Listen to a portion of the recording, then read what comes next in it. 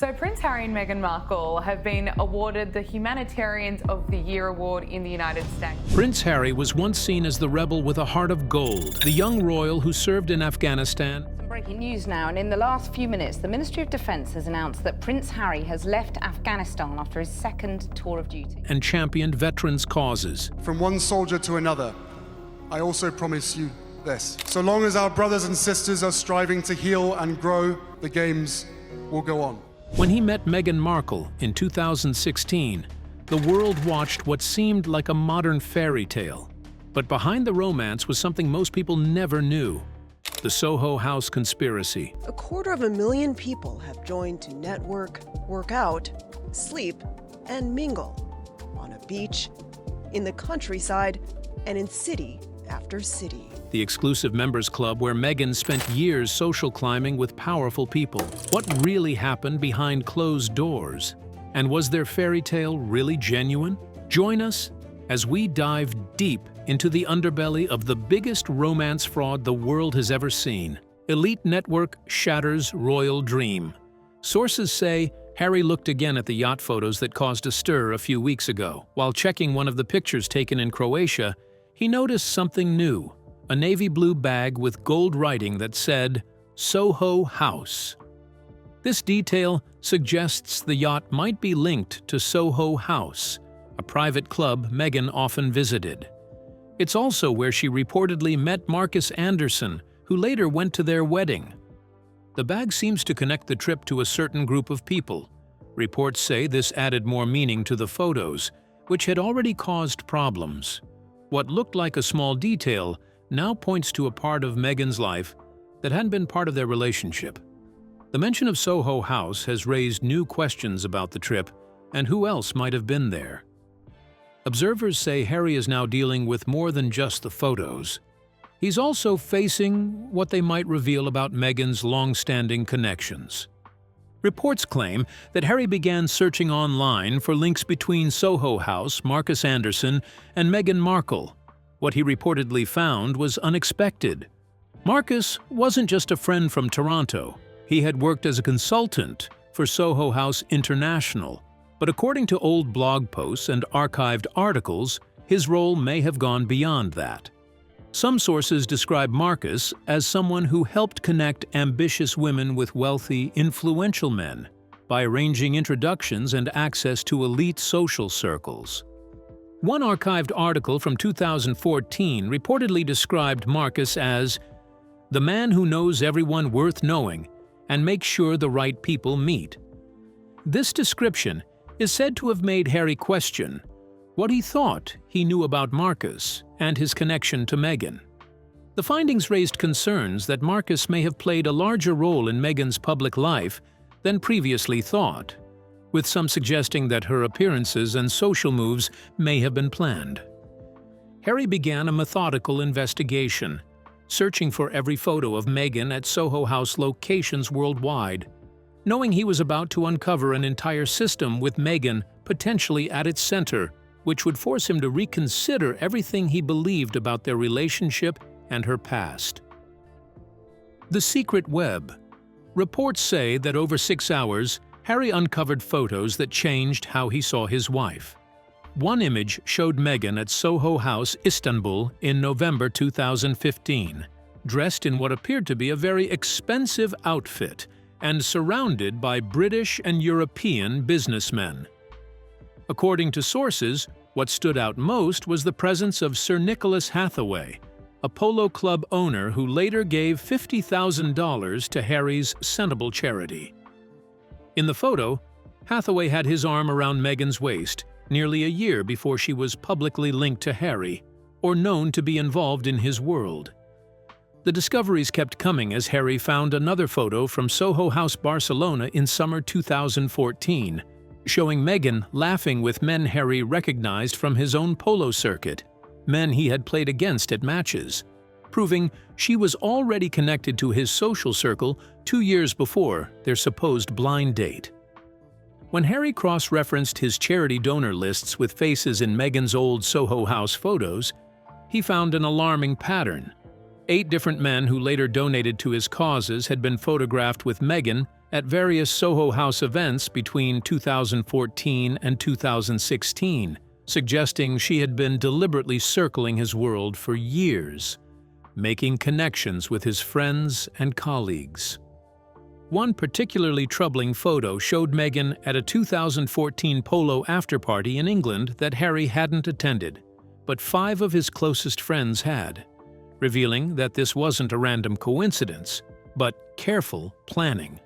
Desperate to understand Marcus Anderson's true role in all this, Harry called a former Soho House member from his London party days, someone who might tell him the truth, and their 40-minute conversation left Harry sitting in complete silence for an hour afterward. His friend had been brutally honest, explaining that Marcus Anderson ran what insiders called a finishing school, identifying beautiful, ambitious women and giving them access to Soho House's global network, teaching them how to dress, converse with wealth, and move through powerful circles, then introducing them to men who could change their lives. Actresses met producers, models met investors, and ambitious women met royalty, all through a system that wasn't officially paid for, but operated through connections and influence. One question reportedly stayed with Harry. How was Meghan able to afford it all? Memberships at Soho House weren't cheap. On top of that were frequent trips between cities like Toronto, London, Istanbul, Barcelona, and Miami, along with high-end outfits for each event. Sources say Harry was familiar with Meghan's earnings from her role on Suits, and based on that, the numbers didn't seem to add up. The costs appeared far beyond what her salary could reasonably cover, raising new questions about how those expenses were managed. Her membership had been fully covered for 5 years, and she never paid a single membership fee. When Harry pressed to find out who sponsored her, his contact hesitated before carefully explaining that Marcus had ways of ensuring certain women had access. What Harry would find out next would blow his mind. The arrangement seemed deliberate, almost systematic. But who was footing the bill, and what did they expect in return? Funded Access Reveals scheme. Harry discovered that Meghan's membership fees were handled through corporate accounts where nobody asked questions, meaning she wasn't paying her own way. Someone had been investing in her, funding her access to elite spaces, and bankrolling her transformation from cable actress to global socialite. When Harry added up the expenses, flights to Europe every few months, designer wardrobes, 5-star hotels during Yacht Week, and Soho House memberships across 4 continents, he estimated it would have cost between $70,000 to $80,000 annually to maintain the lifestyle Meghan had been living between 2014 and 2016 on a Suits salary of $50,000 per season. The numbers made it clear she had been financially supported by others. Once Harry discovered who paid for her memberships, everything fell into place. Marcus Anderson wasn't just introducing Meghan to wealthy men. He was preparing her, funding her, and positioning her like a chess piece on a board that stretched across 3 continents, with Harry as the prize she targeted all along. One morning, Harry did something he hadn't done since the wedding. He examined the official guest list of 600 names that had been carefully categorized by his team and Meghan's, paying close attention to Meghan's side for the first time. With a highlighter and a list of Soho House international members he'd found online, Harry made shocking discoveries about the wedding guests. Marcus Anderson sat front row. Jessica Mulron was a Soho House regular who came as Marcus Anderson's +1. There was a Soho House executive, Misha Nonu, the friend who allegedly arranged their blind date, who was a Soho House member, as was Serena Williams, and the list continued. Harry's cross-referencing revealed that out of the 200 guests on Meghan's side, over 60 were directly connected to Soho House, either members, frequent attendees, or people who had been photographed with Meghan at Soho House events before 2016. The wedding guest list wasn't a collection of Meghan's childhood friends and Hollywood colleagues as Harry had believed. It was a reunion of her Soho House network, the people who had watched her workrooms in Toronto and London and witnessed her social climb. Even more telling, when Harry researched the 8 guests from Canada, every single one appeared in photos from Soho House Toronto events between 2013 and 2016, which confirmed that their connection to Meghan was through this exclusive social network rather than genuine long-term friendships. Harry sat with this realization for days, replaying moments from the wedding in his mind. Had he married someone he never truly knew? Royal deception, fully exposed.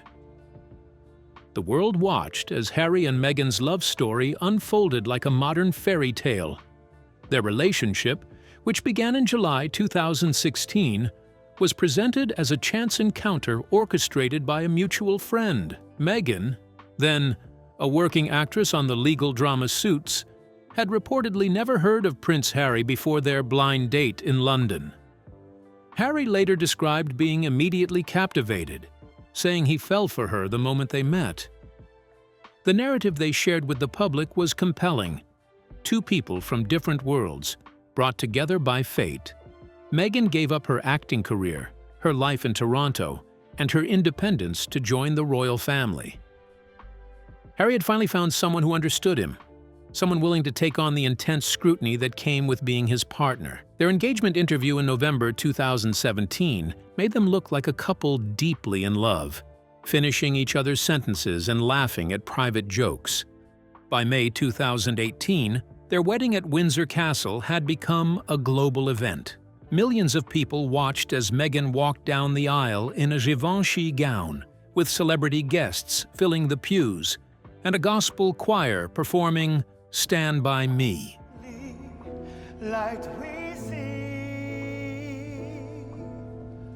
It appeared to be the ultimate love story, a prince who had found his princess against all odds. But beneath the surface of this beautiful romance, questions were beginning to form that would eventually unravel the fairy tale the world had been sold. Sources say this image led Harry to a difficult realization. The wedding may not have been just about love. William had allegedly tried to warn Harry, but Harry had not only ignored his brother's warning, but had attacked him for it, calling him a liar and accusing him of trying to ruin his happiness. The cracks in the fairy tale were starting to show, but they had been there long before Harry noticed them. What had Meghan's life actually looked like before she met the prince? Before the Harry effect? Before Meghan Markle became a household name through her relationship with Prince Harry? She had spent years building a profile in Hollywood and social circles that extended far beyond her role on Suits. Her reputation during this period was layered. To some, she was an ambitious actress working hard to break through in a competitive industry. To others, she was a skilled networker who understood how to position herself in the right rooms with the right people. Meghan's acting career had signs that many in Hollywood recognized. Suits provided work and a decent salary, but it wasn't the kind of role that typically launched actors into major film careers or A-list status. Despite this, Meghan maintained a lifestyle that seemed to exceed what a supporting role on a cable drama would typically afford. She appeared at high-profile events, wore designer clothing, and traveled frequently to exclusive destinations. Industry observers noted that she had a talent for being photographed in the right places, often alongside people with significant social capital. She positioned herself as a lifestyle influencer before the term became commonplace, running a blog called The Tig, where she shared curated glimpses of her life. The content suggested access to experiences and circles that seemed beyond the reach of most working actresses at her level.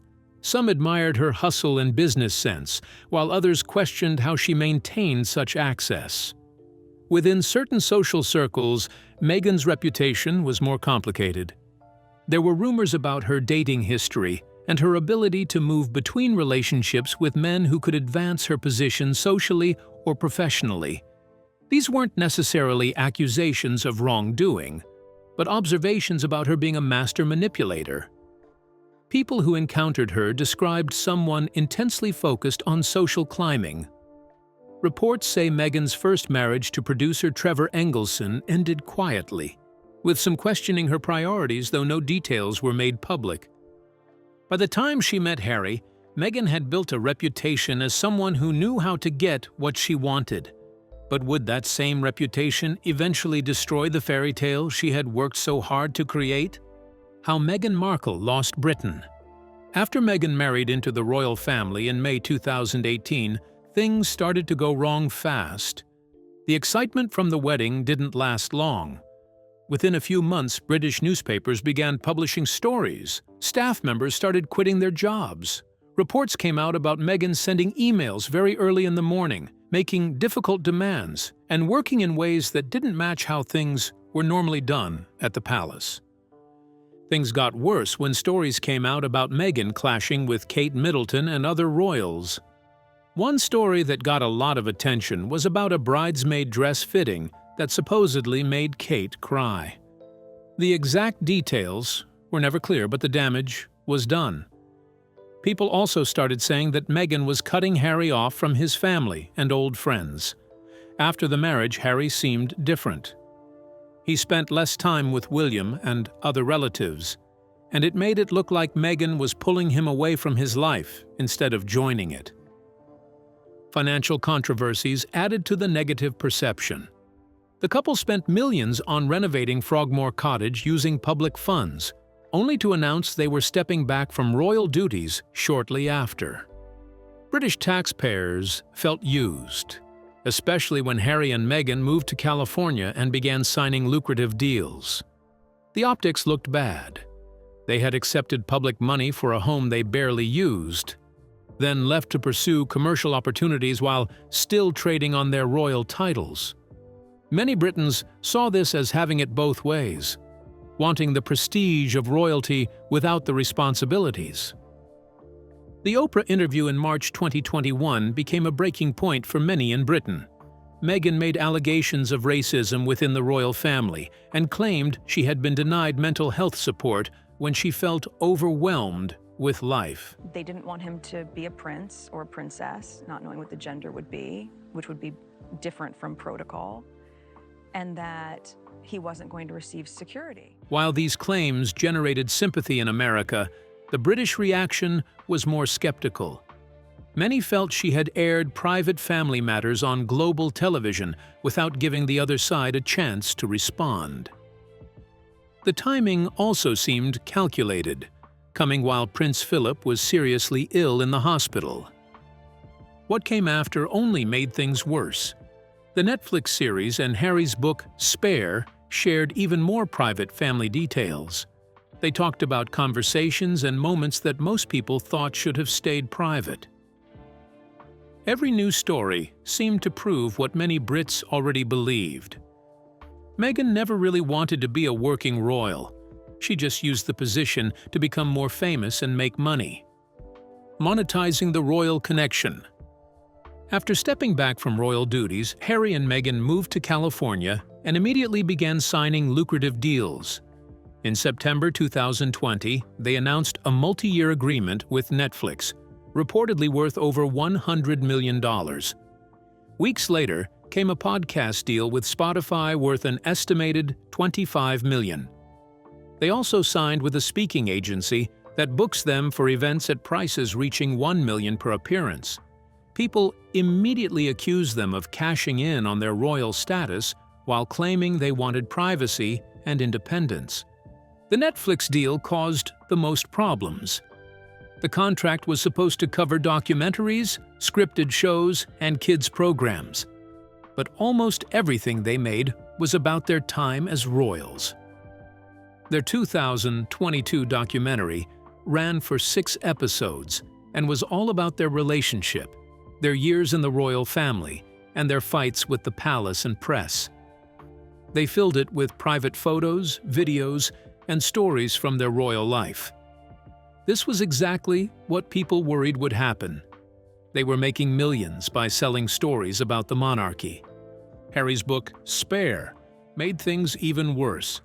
It came out in January 2023 and shared private conversations with William, Charles, and other family members. Harry wrote about physical fights with William, personal moments after Diana passed, and family talks that most people thought should stay private. The book sold extremely well, and Harry reportedly got a $20 million advance for it. But it destroyed what was left of his family relationships. He had basically sold family secrets to make money. What Harry and Meghan said about privacy didn't match what they actually did.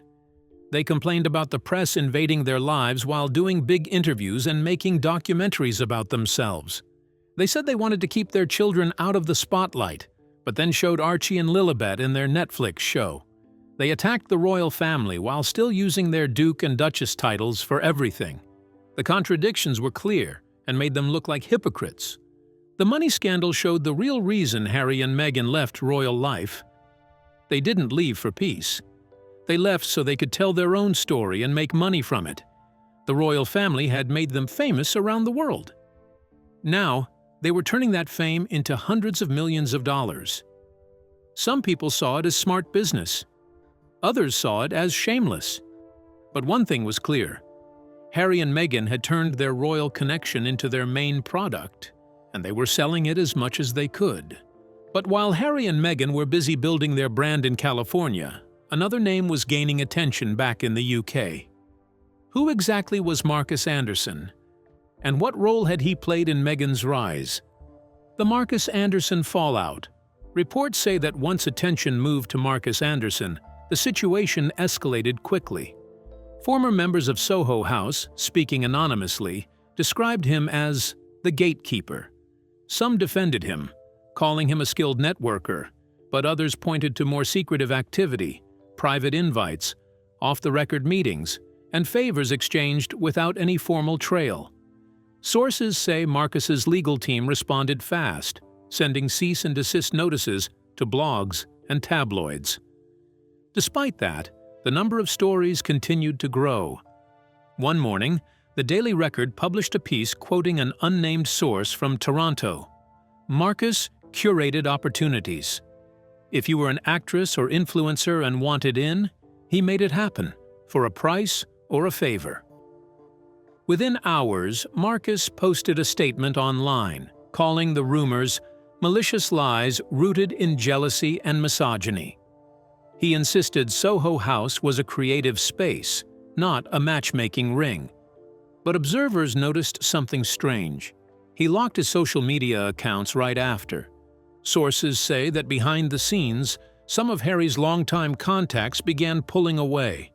Instagram posts were quietly deleted. Archived event records were changed without explanation. Even people who had once spoken highly of Meghan reportedly stopped responding to media requests. Observers note that the silence felt deliberate. It wasn't just rumors. It looked like someone was trying to remove pieces of the past. That same night, reports claim Harry reached out to a former palace intelligence investigator and asked for a private review. He needed to know the full truth, no matter how painful it might be. But was he prepared for what he was about to find? Truth, consequences, and legacy.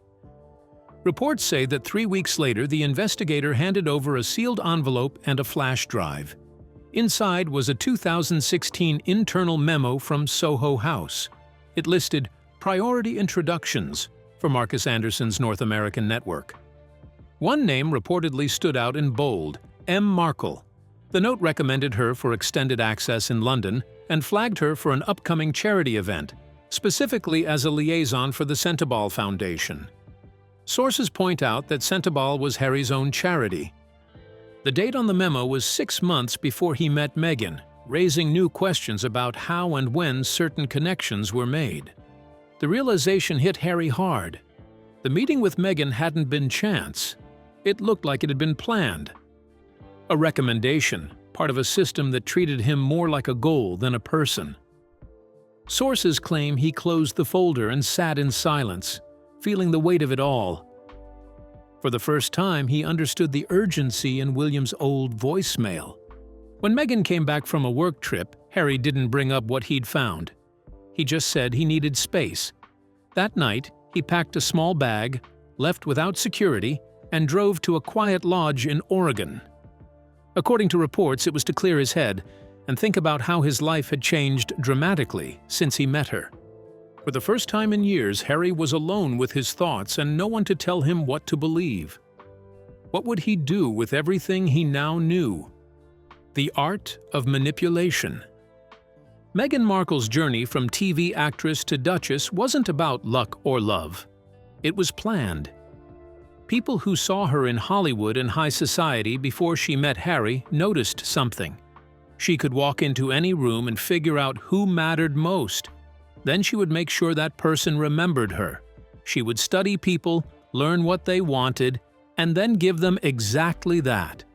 By the time they figured out what she was doing, she'd already moved on to someone new. Her relationship with Harry followed the same playbook. She made him feel understood in ways no one else had. She listened to his frustrations about the press, his family, and his place in the world. She became his escape, his champion, his partner against everyone who had ever hurt him. But looking back, people close to Harry noticed something. She didn't just support him, she isolated him. Reports suggest that she made him stop calling his old friends, and his family relationships became strained. Every conflict was framed as the world against them, which meant Harry against everyone but her. She didn't need to control him directly. She just needed to make sure she was the only voice he trusted. The way she handled the media showed her skill at manipulation. She complained about privacy while orchestrating photo opportunities. She played the victim while strategically leaking stories that made her look good. When staff members quit or complained about her behavior, she flipped it around. Suddenly, she was the one being bullied by racist institutions. She knew how to control the narrative, how to make people question what they saw with their own eyes. Critics became attackers. Questions became proof of prejudice. She built a shield out of victimhood that made it nearly impossible to challenge her without looking cruel. What made Meghan's manipulation so effective was that it came wrapped in something that looked like authenticity. She spoke about mental health, equality, and breaking down barriers. She presented herself as someone fighting against outdated systems. Many people believed in that version of her. But underneath the progressive language and emotional interviews was someone who understood power better than most. She knew that in the modern world, victimhood could be currency, identity could be armor, and the right story could make someone untouchable. By the time Harry started seeing the pattern, he had already defended her so many times that admitting the truth would mean admitting he had been wrong about everything. And that might have been her most effective manipulation of all. What do you think about the connections between Meghan's past and her royal future? And do you think Harry ever had a chance to see the full picture before it was too late? Share your thoughts with us in the comments section.